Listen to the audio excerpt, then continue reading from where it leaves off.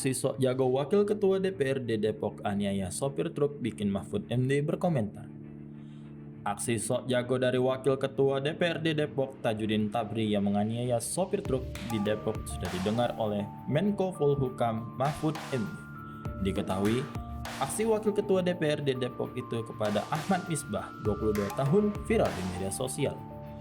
Mahfud MD pun turut menyoroti hal tersebut. Dalam akun Twitter resminya pada Sabtu 24 September 2022, Mahfud MD menyebut seorang pejabat tidak boleh menunjukkan arogansinya di depan umum. Mantan Ketua Mahkamah Konstitusi ini menegaskan tidak sepatutnya seorang pejabat emosional dalam situasi dan kondisi apapun. Sebelumnya, aksi Wakil Ketua DPRD Depok Tajudin Tabri menyuruh seorang sopir truk untuk melakukan push up dan berguling-guling di Jalan Raya Krukut, Limo viral di media sosial.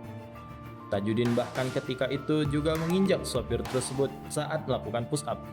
Tajudin sendiri akhirnya mengakui bahwa pria yang ada di dalam video tersebut adalah dirinya.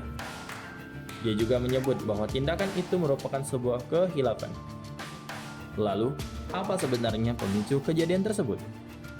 Dalam konversi persnya, ia mengaku mendapat telepon dari masyarakat sekitar ihwal truk yang melintas di Jalan Raya Krukut, Limo dan muatannya mengenai pagar pembatas pipa gas yang ada di lokasi.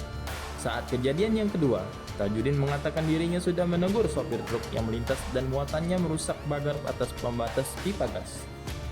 Buntut dari peristiwa itu terjadi siang tadi, di mana ada sopir truk yang kembali melintas dan muatannya mengenai pagar pembatas pipa gas. Ia pun kembali turun ke lokasi dan mengakui menghukum sopir truk tersebut dengan cara push up dan berguling-guling di jalan.